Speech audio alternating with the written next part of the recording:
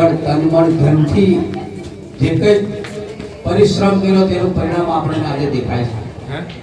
તો આ ગામના અને બીજા કોઈ પણ ગામના બધા જ ભાવિક ભક્તોજનો આ મંદિર માટે જે કંઈક સહયોગ આપ્યો છે તેને આપણા ક્ષત્રિય પાતીજી મહારાજ, રામદેવપીર મહારાજ, શ્રી રામ, કૃષ્ણ ભગવાન અને કરુણાસાગર ભગવાન આ બધાના આશીર્વાદ એમના જીવનમાં ઉતરે અને દરેકને શક્તિ આપે, સમાજ આપે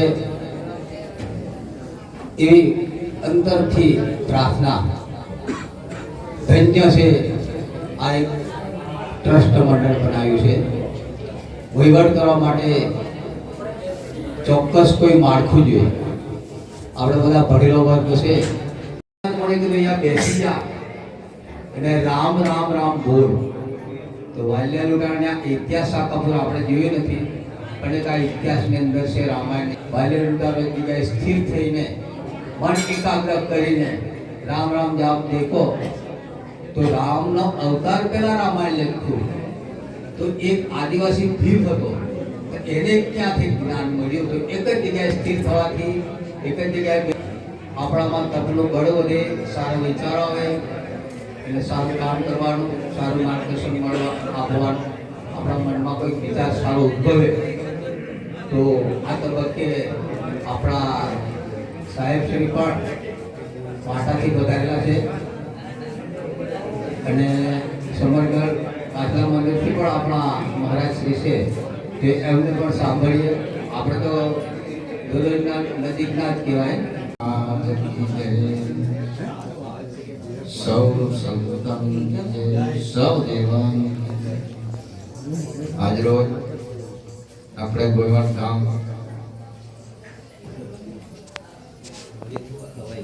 એક આપણા સૌ ભક્તો જનો અમે ગામના ભાઈઓ એટલો બધો ઉત્સાહ, કેમ કે પહેલો કાસો હતો. આજે આ ભૂમિ પવિત્ર સંતોને કથા કે તેમ ભાવ આજે આવી કે કયોડ ગામ આદિ દાદા રામદેવ પીર રામ રામ ને સર્વે સંતોને આપણે સંતો મહંતો આપણે જે મુનિ મહારાજ ને આપણે ઘણા રાખી રહેશે, પણ એ જો આવશે એવો આપણે ઉત્સાહ થઈ રહેશે. એવી રીતે આપણા મનને બધા થઈને આજે સુંદર કેટલું આ ભુવન બનાવી દીધું મંદિર. એ આકાર આપણને દેખાઈ રહ્યો છે. ભક્તો, સગા કુટુંબી, આજુબાજુથી બધા ભોજન પ્રસાદ લીધો. એ માલિકના ઘેરે પૈસો કહેવાય.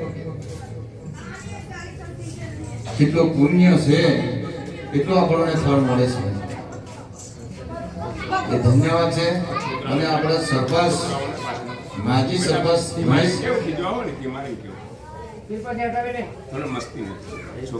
અને એ તો બધા જૂના સરપંચો હશે, આ નવા સરપંચ કહેવાય.